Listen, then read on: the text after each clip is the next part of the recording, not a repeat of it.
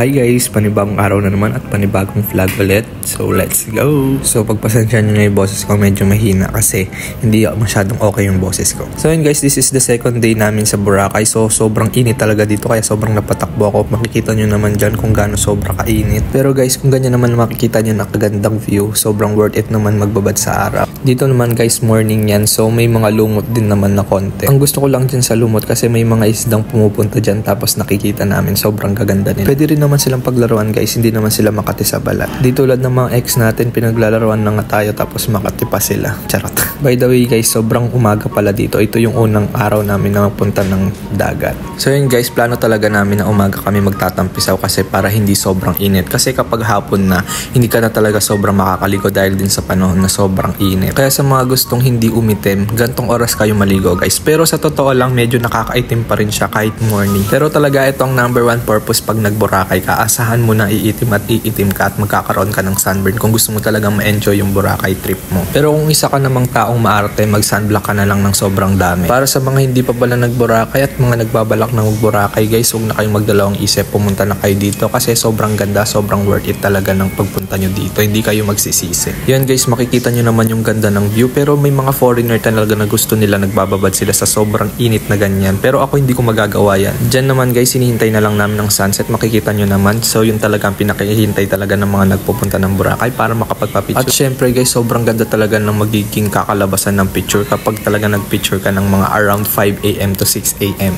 PM pala. Kwento ko lang din guys ang experience ko dito sa Boracay kasi sobrang nag-enjoy ako, tapos ang nagustuhan ko dito kasi guys sobrang daming pwede mong kainan kahit saan mo gustong pumunta dito. Mga oras naman na to guys, pupuntahan naman dapat namin ang grotto kaso sobrang layo at saka sobrang init, so napaatras na lang kami tapos sobrang low tide pa kasi hindi mo pa rin siya malalapitan. Kasi maganda puntahan ang grotto kapag medyo high tide. So kapag around morning hanggang hapon kasi guys sobrang low tide pa, so nagiging high tide kapag gabi na at saka pag umaga.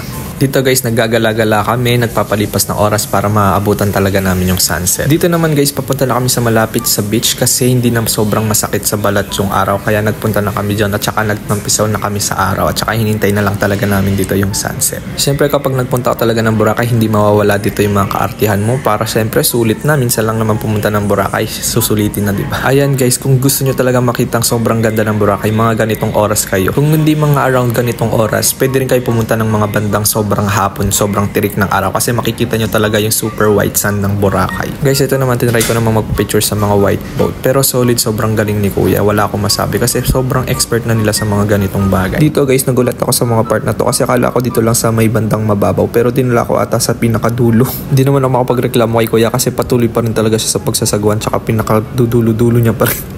Pero worth it naman yung babayaran mo kasi mura lang tapos sobrang galing pa magpicture ni kuya. Feel ko guys, sobrang tagal na ng work ni kuya na to kasi sobrang maklose na siya sa mga tao tsaka hindi siya sobrang ilap, sobrang bait din ni kuya. Siyempre ko na rin nag-emote tayo sa ilalim ng araw. So yun guys, sobrang iksi lang ng mga video ko dyan, so sana nag-enjoy kayo. So yun lang, bye bye!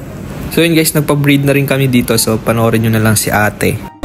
Bali yung binabayaran dito yung talent. Talent, no? Tsaka maganda kasi siya eh. Oh, ito na yung training natin.